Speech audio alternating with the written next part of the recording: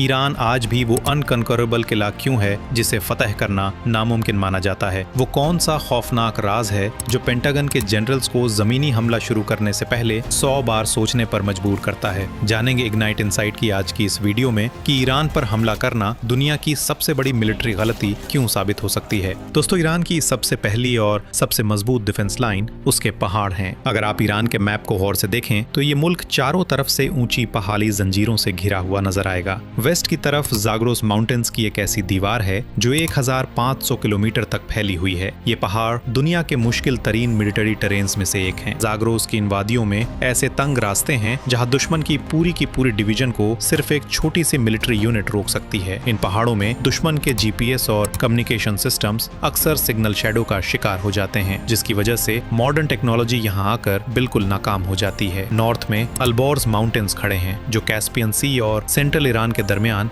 एक और रुकावट पैदा करते हैं। इन पहाड़ों की ऊंचाई 18,000 फीट से भी ज्यादा है। इस वक्त की शदीद सर्दी में ये पहाड़ दुश्मन के लिए वाइट ग्रेव बन चुके हैं। यहाँ की टोपोग्राफी ऐसी है कि दुश्मन को हमेशा नीचे से ऊपर की तरफ लड़ना पड़ेगा, जबकि ईरान की फौज ऊंचाई पर बैठकर उन्हें निशाना बना सकती है। ये पहाड़ी जियोग्राफी दुश्मन के लॉजिस्टिक्स नेटवर्क को इस तरह ब्लॉक करती है कि उनका कनेक्टिविटी सिस्टम बुरी तरह नाकाम हो जाता है। जब तक दुश्मन पहाड़ पार करके अंदर पहुंचेगा, उसकी आधी ताकत और उसका हौसला खत्म हो चुका होगा। ईरान की पहाड़ी सरहदों को क्रॉस करने के लिए दुश्मन को कम से कम 1.5 मिलियन फौजी चाहिए होंगे, जो दुनिया की किसी भी आर्मी के लिए नामुमकिन है। ये पहाड़ ईरान को वो स्ट्रेटेजिक डेप्थ देते हैं जो दुनिया के बहुत कम मुल्कों के पास मौजूद है। इन पहाड़ों के अंदर हजारों मिसाइल सिलोज छुपाए गए हैं जो सैटेलाइट्स की नजर से बिल्कुल महफूज हैं। हिस्ट्री गवाह है कि जिसने भी इन पहाड़ों में दाखिल होने की कोशिश की वो वक्त के साथ वहीं दफन हो गया। ये पहाड़ सिर्फ पत्थर नहीं है, बल्कि ईरान की मिलिट्री डॉक्ट्रिन का सबसे बड़ा हिस्सा है। ईरान ने इन पहाड़ों के अंदर अंडरग्राउंड बेस बनाए हैं जहां ड्रोन्स और मिसाइल्स की मैन्युफैक्चरिंग यूनिट्स मौजूद हैं।